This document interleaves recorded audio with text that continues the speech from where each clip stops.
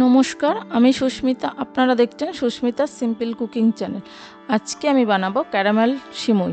এই ক্যারামেল সিমুই খেতে অসাধারণ লাগে, বানাতেও খুব সহজ, অল্প উপকরণ দিয়ে বানানো যায়। তাহলে চলুন রেসিপিটি দেখে নেওয়া যাক। গ্যাসে প্রথমে আমি কড়াই বসিয়ে দিয়েছি। কড়াই ভালো করে গরম করে নিয়েছি। যেহেতু আজকে আমি ক্যারামেল সিমাই বানাবো, ওর জন্য ক্যারামেলটা প্রথমে বানিয়ে নেব। তার জন্য দিয়ে দিলাম 1 বাটি চিনি।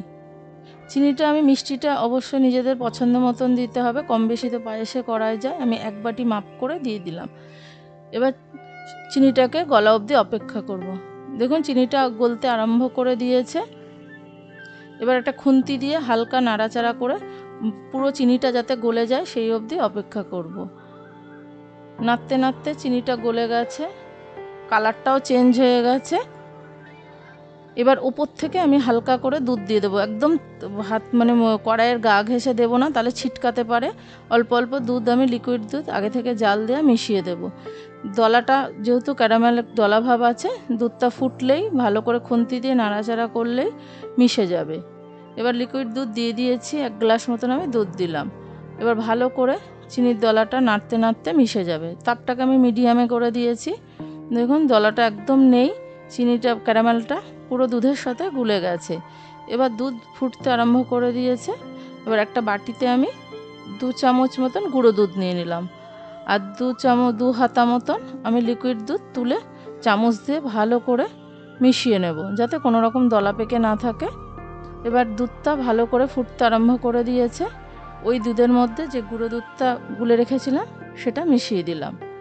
মিশিয়ে দিয়ে ভালো করে খুন্তি দিয়ে লিকুইড দুধের সাথে গুঁড়ো দুধ মিশিয়ে ফুটিয়ে নেব, যাতে কোনো রকম দলা পেকে না থাকে। সাইড দিয়ে দুধ শটটা তুলে ভালো করে দুধের মধ্যে মিশিয়ে নেব। এবার দুধটা আমি হালকা কমিয়ে নেব, যাতে গাঢ় হয়ে যায়। দেখুন গাঢ় হলে বোঝাই যাবে, সাইড থেকে সর জমবে, তাহলে বুঝতে হবে দুধটা গাঢ় হয়ে গেছে। যেহেতু সিমুই দিয়েও ফোটাবো, বেশি ফোটালে আবার সিমুই দিয়ে ফোটাতে দুধটা একদমই শুকিয়ে যাবে। ওর জন্য হালকা ফুটিয়ে নেব। এবার ওর মধ্যে দিয়ে দেব 2টো মুখ ফাটিয়ে এলাচ, তেজপাতাও দেওয়া যায়। আমি 2টো এলাচ দিয়ে দিলাম। এলাচ দিয়ে 1-2 সেকেন্ড দুধের সাথে ফুটিয়ে নেব। এলাচ হয়ে গেছে। এবার আমি এটাকে সাইডে নামিয়ে রেখে দেব। আলাদা কড়াই বসিয়ে দিয়েছি। কড়াইয়ের মধ্যে 2 চামচ মতন ঘি দিয়ে দিলাম।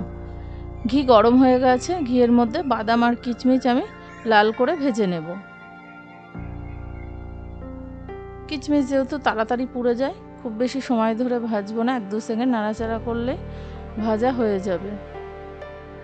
কিচমিচ আর বাদাম ভাজা হয়ে গেছে। এবার আমি তুলে রাখবো।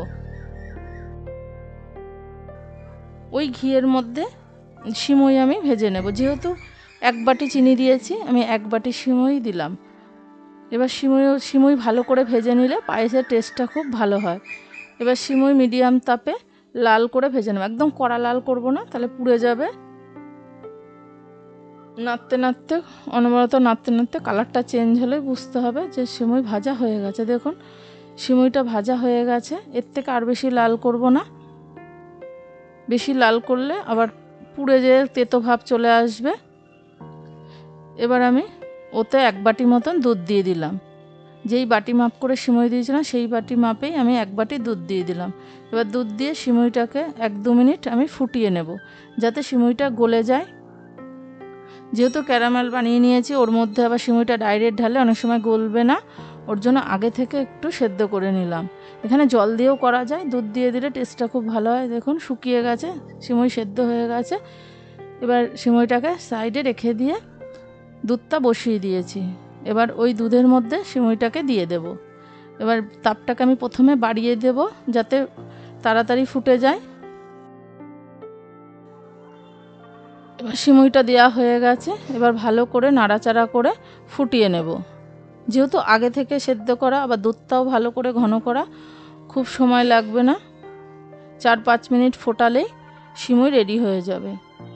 এবার ফুটতে আরম্ভ করে দিয়েছে। ওর মধ্যে দিয়ে দিলাম আগে থেকে ভেজে রাখা কাজু কিশমিশও ভালো করে দিয়ে মিশিয়ে নেব।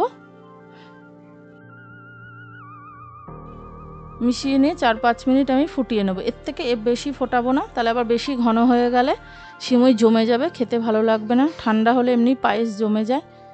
দেখুন ফুটতে আরম্ভ করে দিয়েছে। সিমুই আমি রেডি হয়ে গেছে, পরিবেশন করে দেখাচ্ছি কেমন হয়েছে। এই ছিল আজকের রেসিপি। ভালো লাগলে অবশ্যই সাবস্ক্রাইব করার অনুরোধ রইল। পাশে থাকা বেল নোটিফিকেশনটা অন করে দেবেন। আমি কোনো নতুন ভিডিও আপলোড করলে সবার প্রথমে আপনাদের কাছে পৌঁছে যাবে। আবারও দেখা হচ্ছে নতুন কোনো ভিডিও নিয়ে। ভালো থাকবেন, সুস্থ থাকবেন। ধন্যবাদ।